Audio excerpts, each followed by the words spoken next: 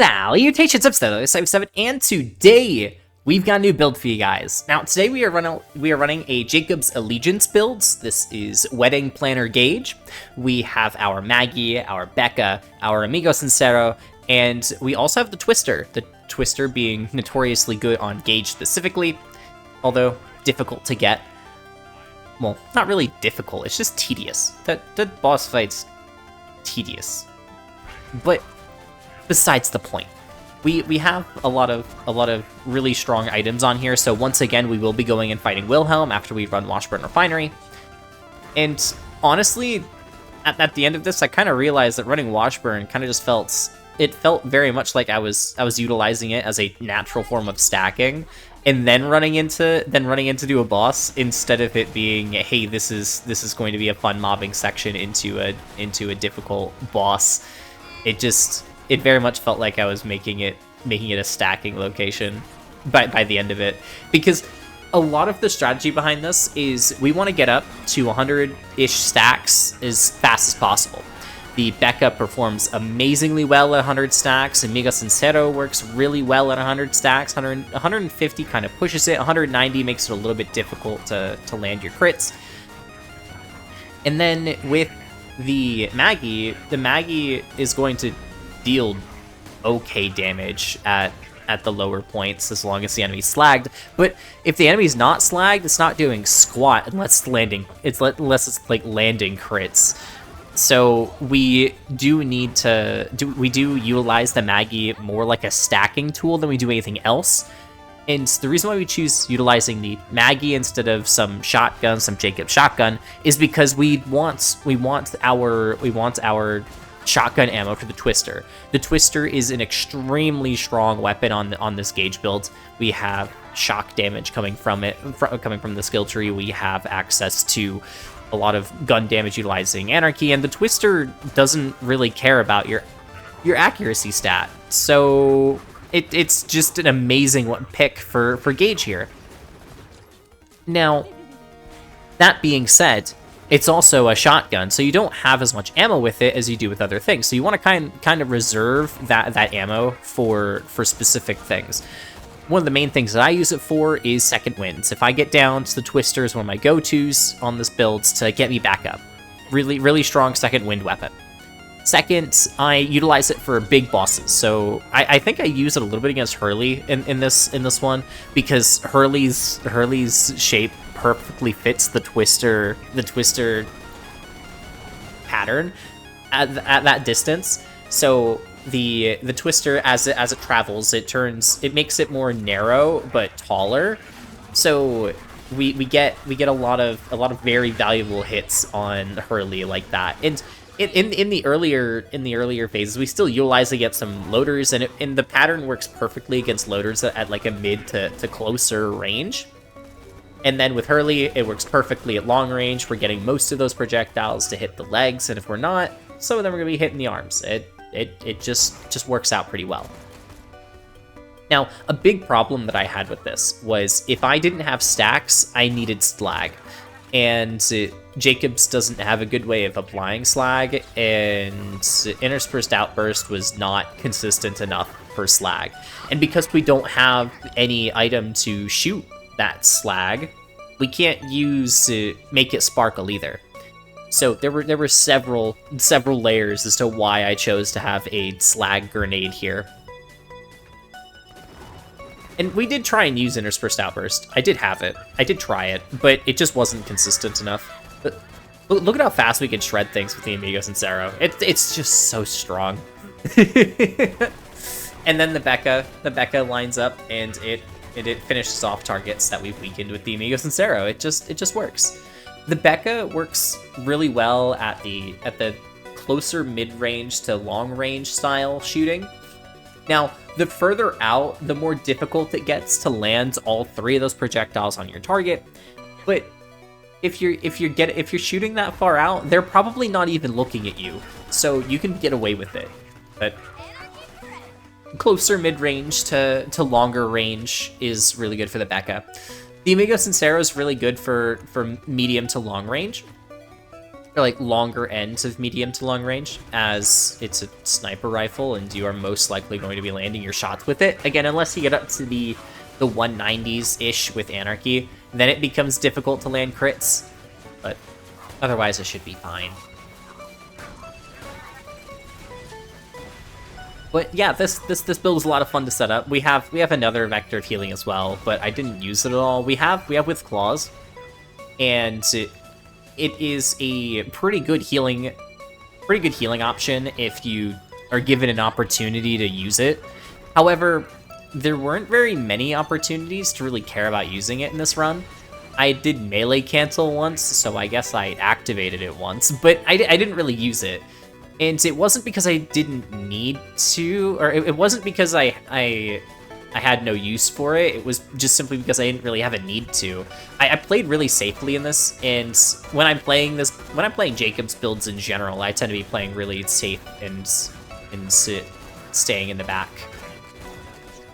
I did grab that shock explosion skill, which honestly I think I might remove, just simply because the effect on it is just terrible. It's so much screen pollution. It's nearly not worth it. And it does squat for damage. I mean, it does something when they're slagged, but it's not worth anything. It's not worth it. It's not giving me anything. It wouldn't have changed anything about the run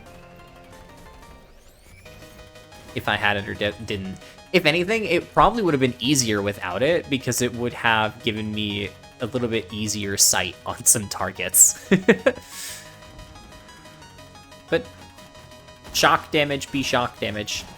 Also, I just missed. I was just bad. I literally just missed against that super BA. There was no reason for me to miss, and I just did.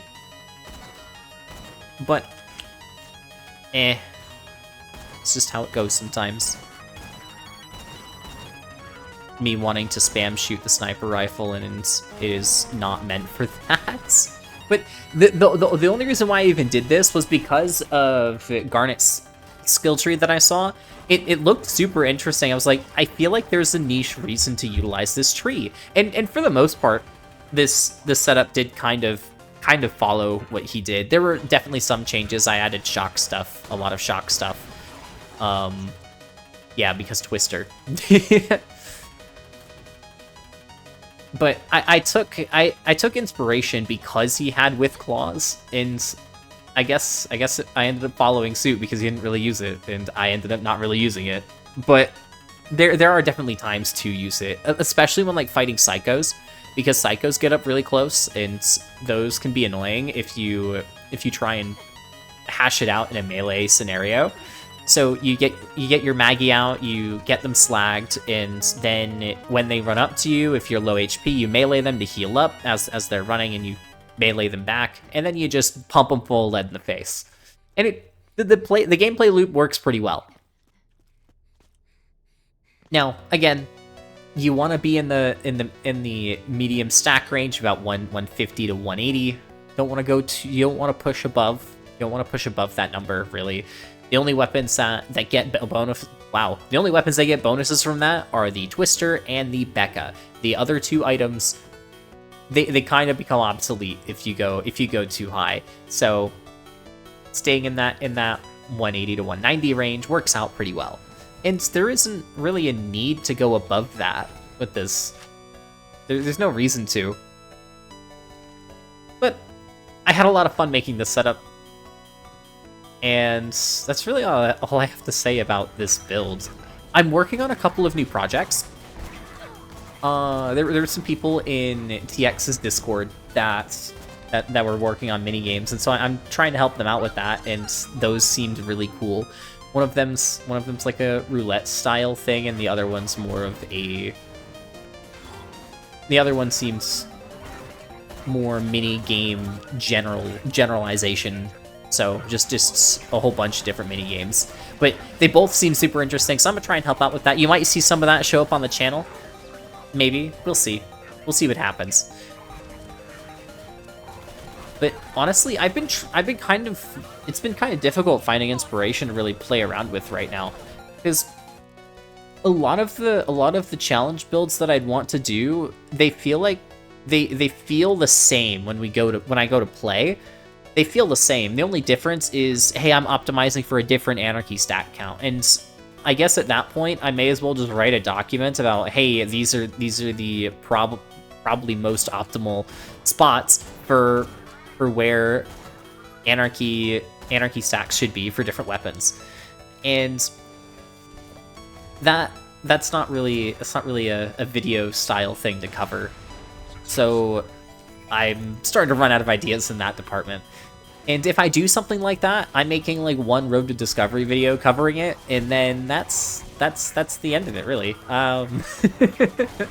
So weekly uploads would be kind of difficult doing it that way.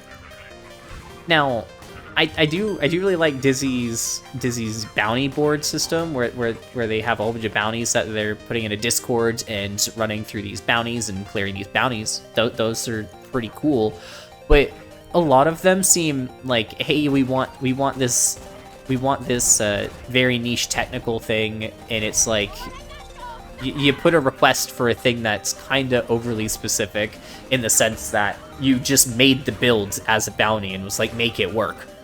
Okay, do you just need somebody that plays the game better? Or what are you asking for here, really?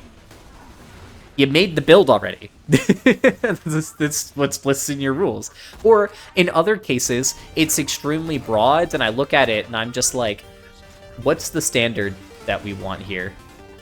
Because we could do some generic stuff, and the generic stuff would work, but would it actually clear the bounty, or is it just utilizing this on a broken setup already? So just picking out what bounties I want to do has been kind of difficult. We have a couple that I'm looking at, but it's going to take a lot of time to really get down into it. Outside of that, what kind of other things would you guys like to see? What content do you guys want to see from me? Because I'm just having fun playing the games right now. I don't really know too much about Borderlands 2. I know a lot more about Borderlands 3, but I am loving learning about Borderlands 2, and that's been why I've been so focused on playing it. Is just like there's a lot to learn, and a lot that when I look up things or I ask people questions, there's a lot of responses of I don't know, or the community doesn't know, and I'm just like, that's crazy. This game is older than, I mean, like, heck, we have Borderlands 3. We're about to have Borderlands 4. How the heck do we not know what these things are in Borderlands 2? I don't get it. So trying to sift through and work that out, it seems very interesting. And then helping people out with different challenge things that they want to try.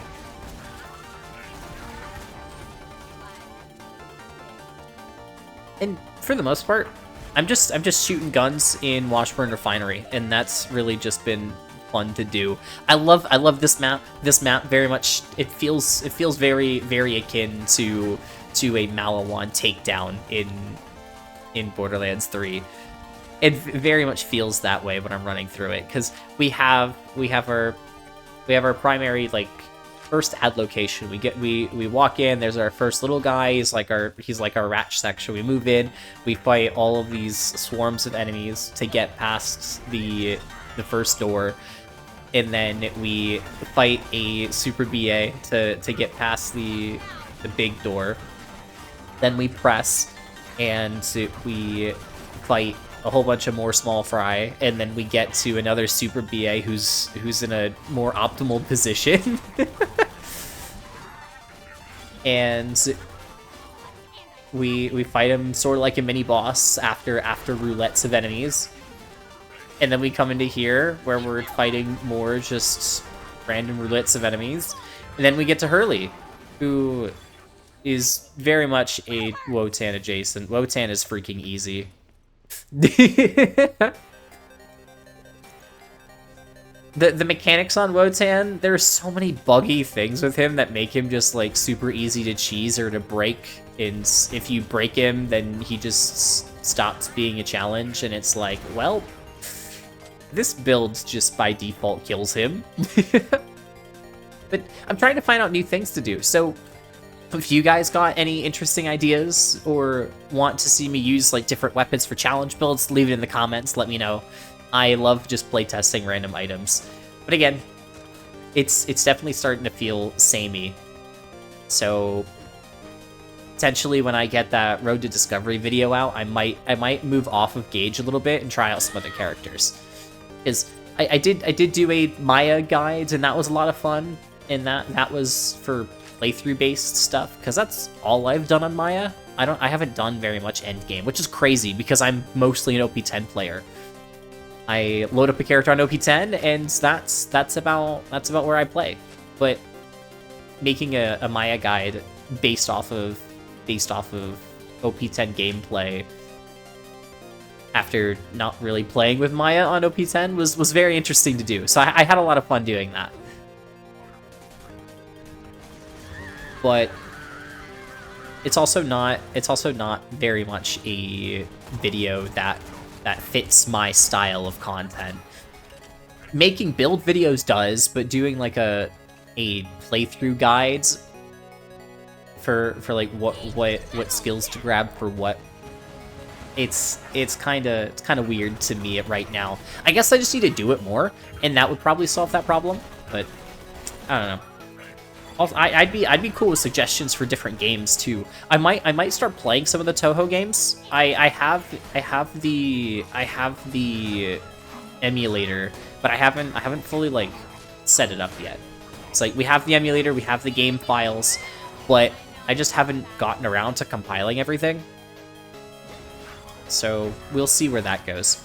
But I hope y'all enjoyed this video. I am going to leave it off here and let y'all listen to some awesome music while we kill Hurley and go and fight Wilhelm. StereoLoda77 signing off.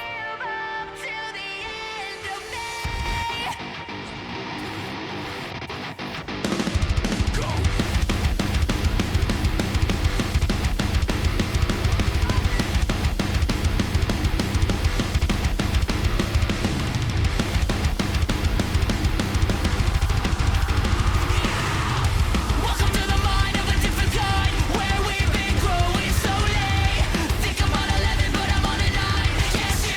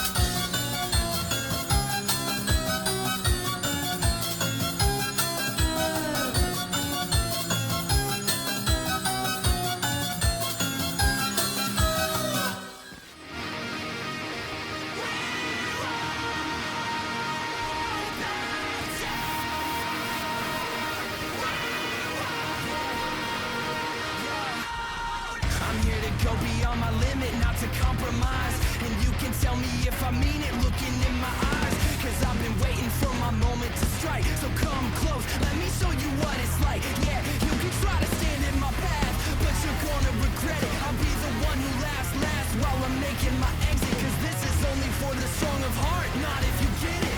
And no matter what the outcome, you better accept it. I can cut like the shell, I can bury the flag. So go down for a second, just get out of my way. You can't hear yourself, I'm not letting you go. So take this as a lesson, cause it's all that we know. Will the whole world know your name? When we dance with destiny. I've been there and I've seen it. I'm never gonna stop believing. You'll find your flame. Oh, we can save the day, not die.